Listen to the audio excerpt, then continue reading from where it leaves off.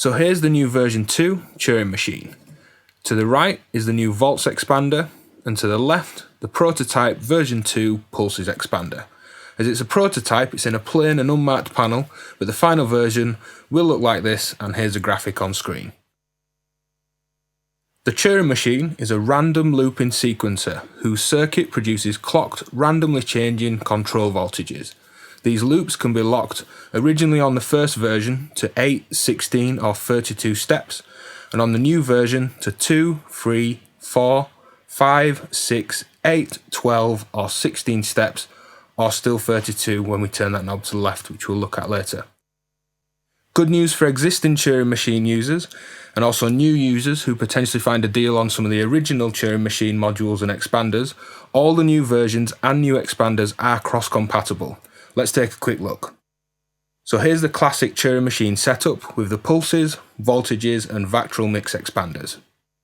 Here's the new Turing Machine shown here on the left, which is 100% compatible with all the old Turing Machine expanders, and we can just discard that old backpack that was needed for the expanders on the original, as it's all in the new version's PCB boards.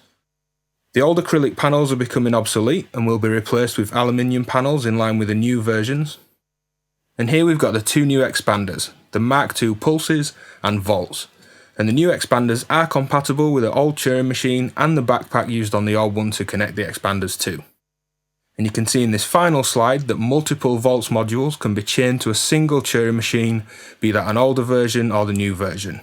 I've had an original expanded Turing Machine for some time now, and it's important to note that the Turing Machine can become a real beating heart of a system.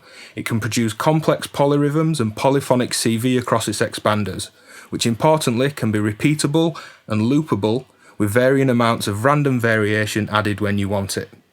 So which modules do we have here? As mentioned, this is the new Turing Machine Mark II, which now has a rotary for length select for selecting different pattern lengths, along with a new pulse output, which acts like a single-step pulse expander. This is also now two PCBs, making for an easier DIY project as the old Turing board and the backpack are merged into one module. Here's the Mark II Turing Machine Pulses Expander in the already mentioned prototype blank panel. Improvements on the original pulses include an additional 4 outputs, giving us 11 in total. The length of these pulses is determined by the clocked duty cycle or gate length at the input of the Turing Machine. So varying the pulse width of your clock into the module will relate to the outputs on the pulse expander. And finally, this is the new volts expander. This is a stripped down version of the larger voltages expander. It's a simple, low part count DIY build that has a much lower current for those that may be power conscious.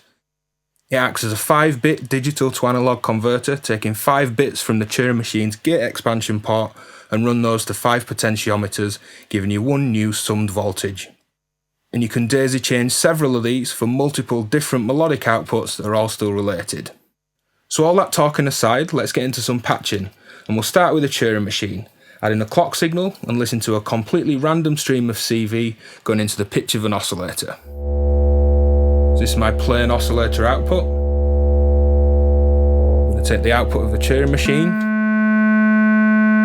and then add a clock.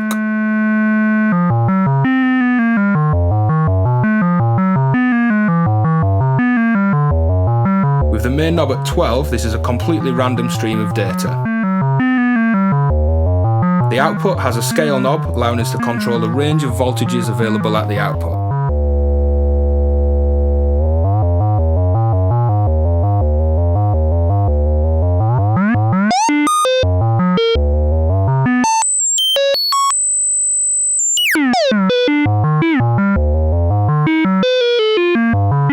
Let's split our clock signal and trigger an envelope for some basic amplitude modulation in this patch. Moving the knob to the right will catch the values in the circuit and give us a fully repeating CV loop.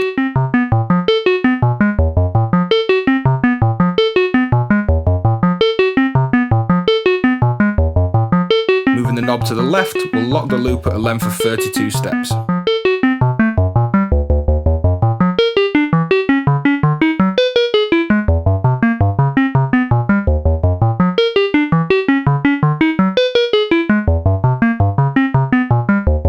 Change that to a shorter step length, unlock it,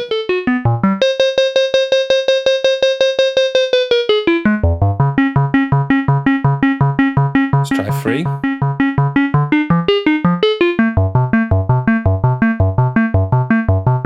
Let's go for 5.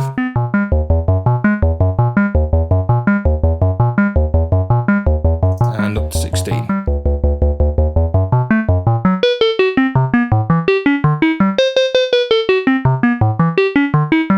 As we've got a looped sequence now, let's add that into a quantizer and get things a little bit more musical.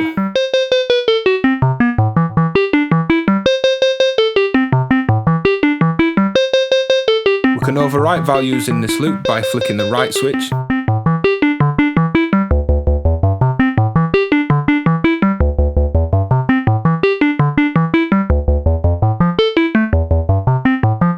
With that unlocked, we can use write to completely wipe all the data in the stream and start fresh.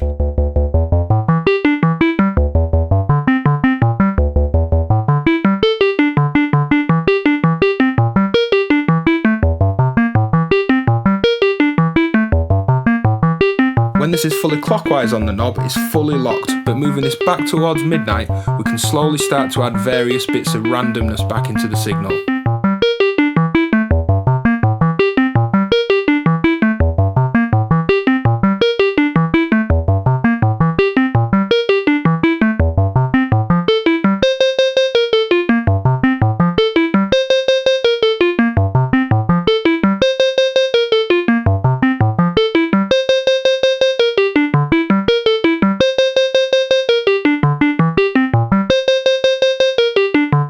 So you can hear that's retaining a lot of the information in that locked part while just letting certain values start to get random again.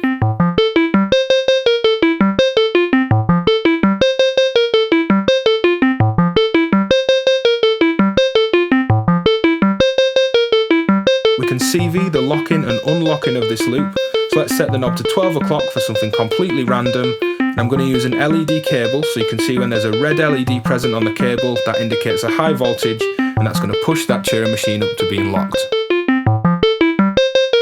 Let's go down to 8 steps as well.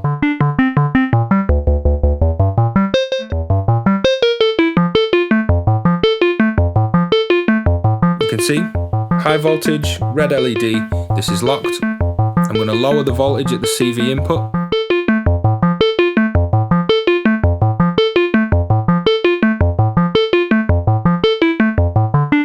Okay, that starts to change again. Let's slowly increase the voltage. That's now locked.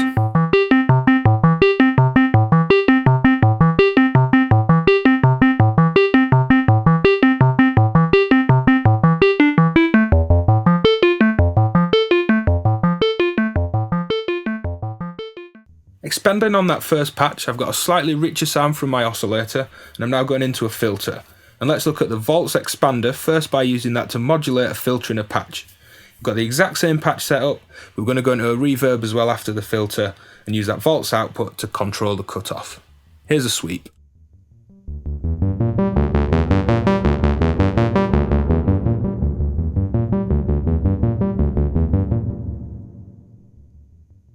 So you can hear simple filter sweep, slightly richer sound, a basic locked loop coming out of the main output into a quantizer, and that's controlling the pitch of the oscillator. Let's turn down all of the volt stages. Patch the volts out to the CV in on the filter.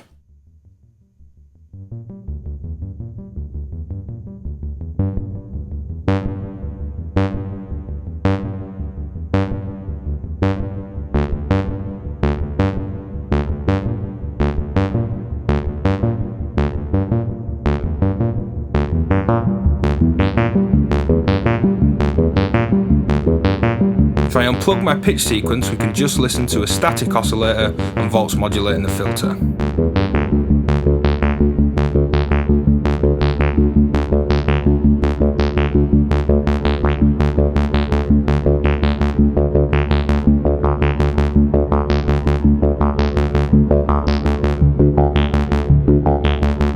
Let's add the pitch sequence back in.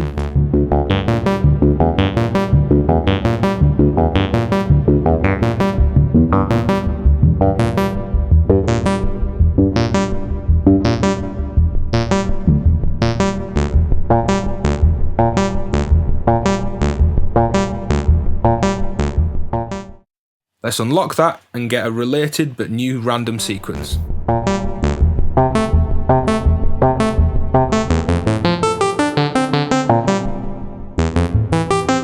Unlock that.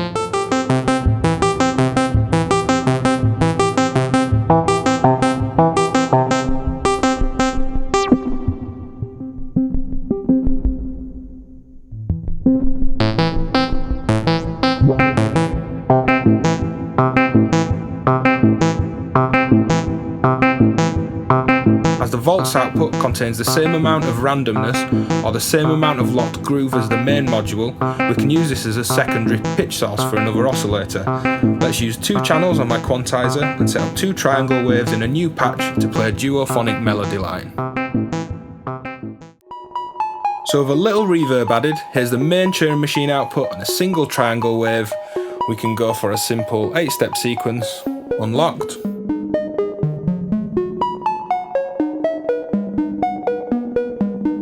Simple melody.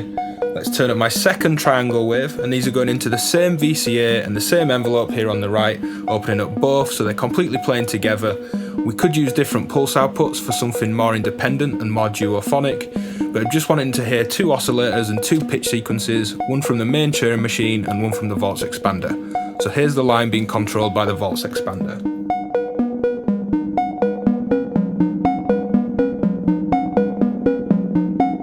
Let's play around with the Volts Expander.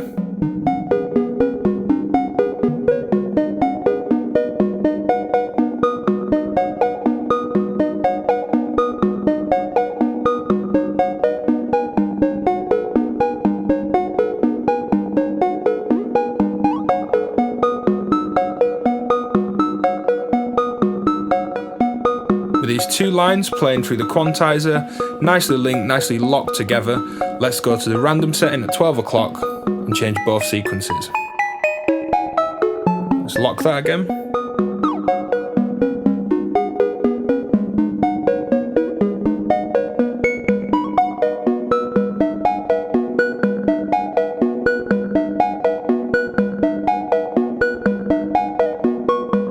Let's go to a 16-step sequence. And holding right, we'll start completely fresh. A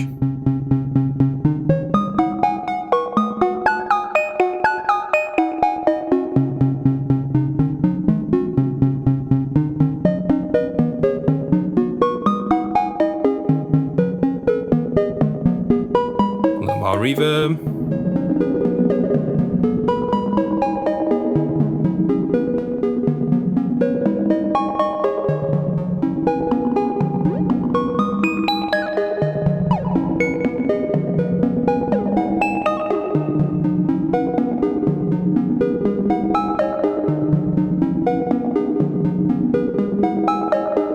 It's great as 2 linked melodic sources, and as I said, rather than using the same envelope and VCA, you could use a pulses output for 2 different envelopes, 2 different VCAs, and create something completely duophonic with 2 independent lines. So here's that same duophonic pattern, just a little bit faster, and I'm going to move the triggering in my envelope to be from the pulses expander.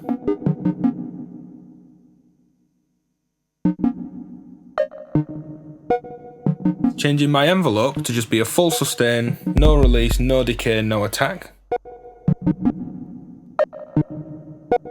Changing the duty cycle or the gate length of my clock, we'll see on the LEDs that these correspond with the outputs, and also on the length of the envelope, which you'll hear triggering our sound. So here's a shorter clock length.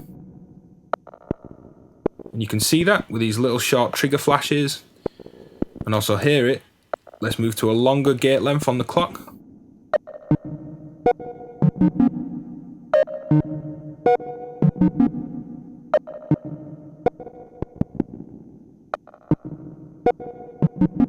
So if you're using an oscillator with a square wave or an LFO square wave with pulse width modulation, you can actually start to vary the length of the gates that are passing through the pulse expander to various envelopes, creating extra variation without even using any of the CV on the Volts or the Turing Machine. Of course, you can mix that in for extra variation in the length of the envelope and the time if you've got a CV envelope using the Volts or the main Turing Machine.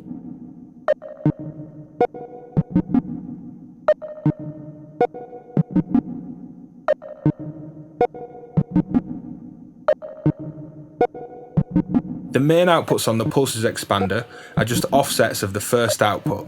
Output 2 will be one step behind step 1, output 3 another step behind step 2, and so on. Let's trigger a kick drum sound against this duophonic patch, the little melodic line, to hear how these rhythms change as we step down through the outputs.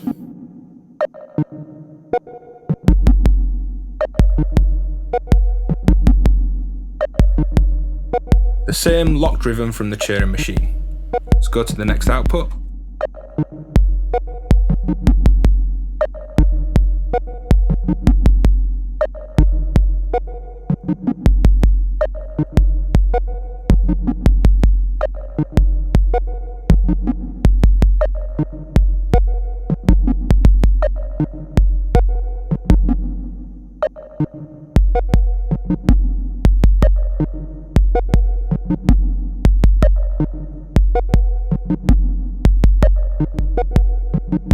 For AND logic outputs, which are active when multiple outputs are active at the same time, because this is AND logic where one output and another output needs to combine to create a new output on this AND output. And I said output a lot of times there, but these outputs will produce more complex but less frequent rhythms, as that relies on multiple outputs from 1 to 7 being active at the same time. Let's trigger other percussion sounds and check out some of those rhythms as well.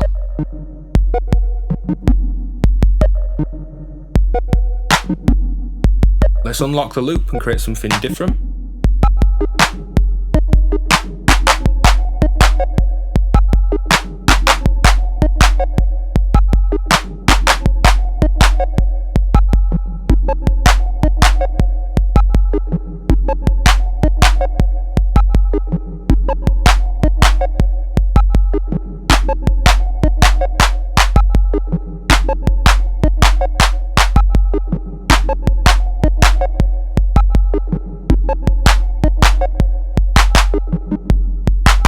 We can use various different pulse outputs to create beats that are offset against each other, and those AND logic outputs to create less frequent but more complex rhythms, all to work against each other as a sort of hub of the system alongside the CV produced by the Turing Machine. So let's start fresh and build on a lot of these ideas we've already looked at and build up a patch. You can see I've already got a clock gone into the Turing Machine and my output. Let's turn up the scale, send in the CV into my quantizer to create a pitch sequence.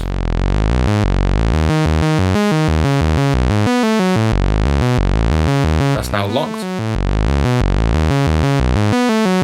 Let's trigger an envelope from one of the pulse outputs.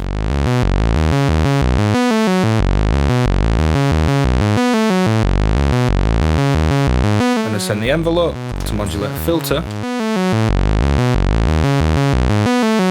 I'm going to take my sound into the filter and patch the low pass output into my mixer.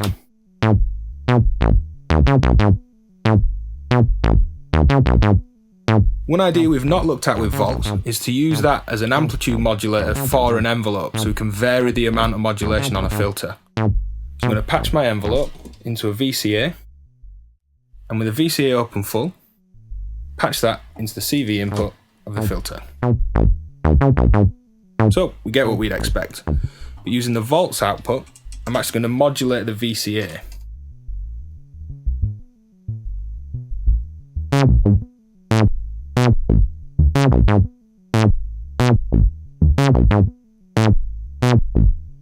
Just to recap that, turn the CV down on the VCA, turn the bias on the VCA up. That's the envelope signal modulating the filter, nice and simple. Turning that down, here's volts opening and closing the VCA, letting varying levels of that envelope through to the filter.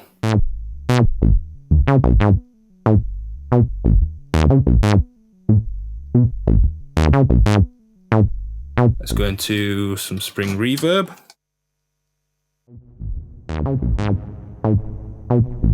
Let's patch up some rhythms in some drums and create a beat to go with that sequence.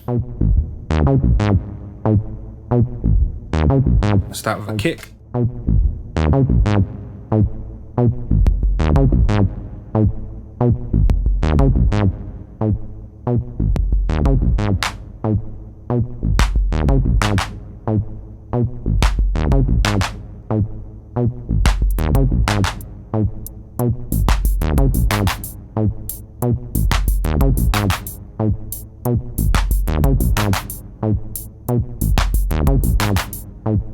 with some drums, some filter modulation, and modulation of my modulation of the filter, varying that envelope depth, and a pitch sequence, let's start to add some random in by taking that knob on the Turing Machine back towards 12 o'clock.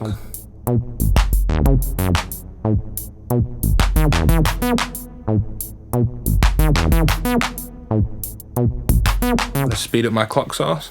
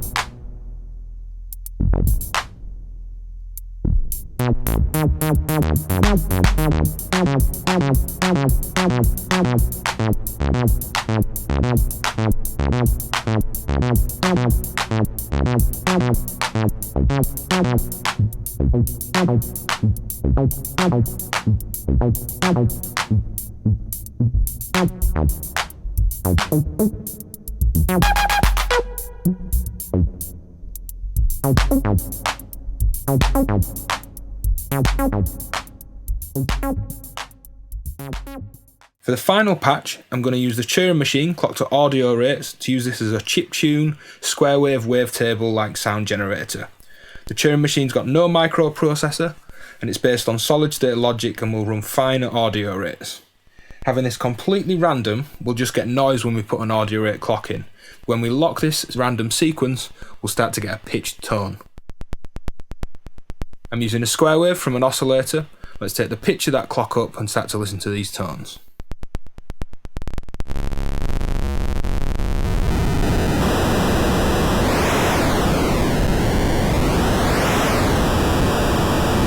Let's lock that. And sweeping the pitch in my oscillator providing the clock. The octave switches.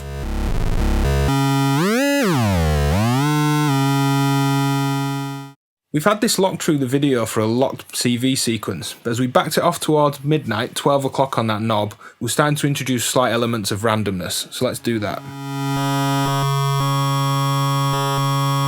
You can hear this starts to just change a little bit, whereas at 12 o'clock, completely random is just noise. Some great chiptune style sounds. Let's send a pitch sequence into our oscillator providing the clock and see what tones we can get.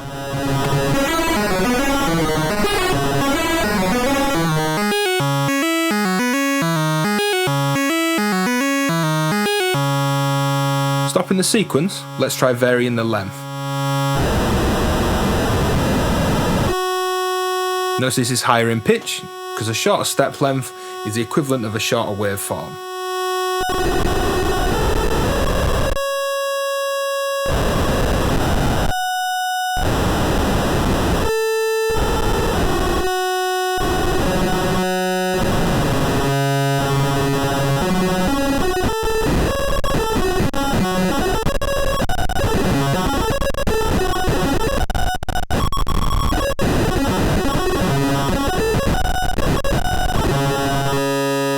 Lots of cool broken sounds. Using the Volts expander, we can draw our own waveforms.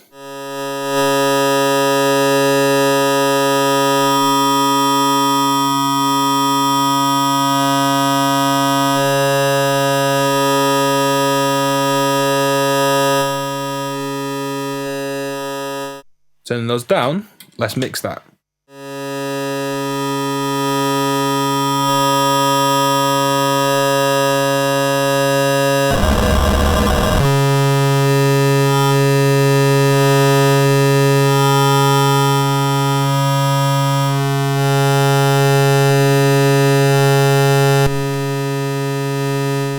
Going back to just one output, let's check out the pulses.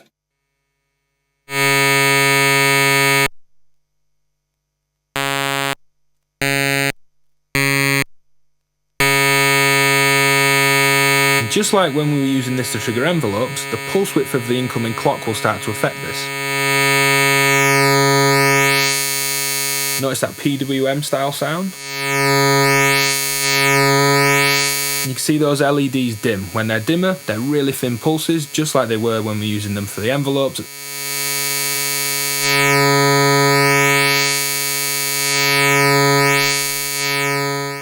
Let's combine all three sound sources, start our sequence again, and play around creating new waves.